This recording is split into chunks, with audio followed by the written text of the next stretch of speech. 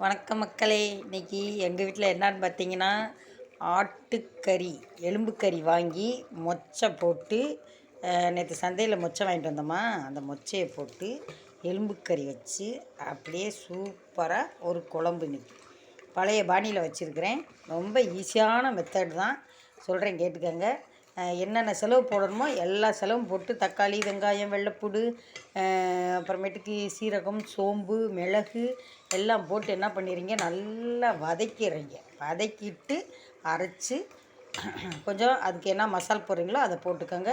போட்டு அரைச்சி எப்பயும் போல் நம்ம தாளித்து வைக்கிறோம் பாருங்கள், அதே மாதிரி தான் இந்த குழம்பு. பார்த்திங்கன்னா 8 வீட்டுக்கு மணக்கும், சூப்பராக இருக்கும். ஒரே ஒரு பச்சை மிளகா போட்டிருக்கேன், மசால் போட்டிருக்கேன், பட்டை கிராம்பு போட்டு தாளிச்சிடணும். பட்டை சோம்பு தாளித்து அப்படியே நம்ம என்ன தான் நீங்கள் வெள்ளைப்பூடு போட்டு வதக்கினாலும் 2 வெள்ளைப்பூடு அப்படி தாளிச்சிட்டோம்னா தான் சூப்பராக இருக்கும். சூப்பரான எலும்புக்கறி மொச்சை குழம்பு அந்த மெத்தடில் செஞ்சு பாருங்கள், சூப்பராக இருக்கும். அப்புறம் பாருங்கள், ரசம் சூப்பராக மல்லித்தலையெல்லாம் போட்டு ஒரு சூப்பரான ஒரு ரசம். ஒயிட் ரைஸ் இன்றைக்கி எங்கள் வீட்டு சாப்பாடு. பாருங்கள், லைக் பண்ணுங்கள், ஷேர் பண்ணுங்கள், சப்ஸ்கிரைப் பண்ணுங்கள். நல்லா அப்படி டேஸ்ட்டாக வச்சு சாப்பிடுங்க. ரொம்ப ஈஸியான வேலை தான், ரொம்ப கஷ்டம்லாம் இல்லை. புரியுதுங்களா?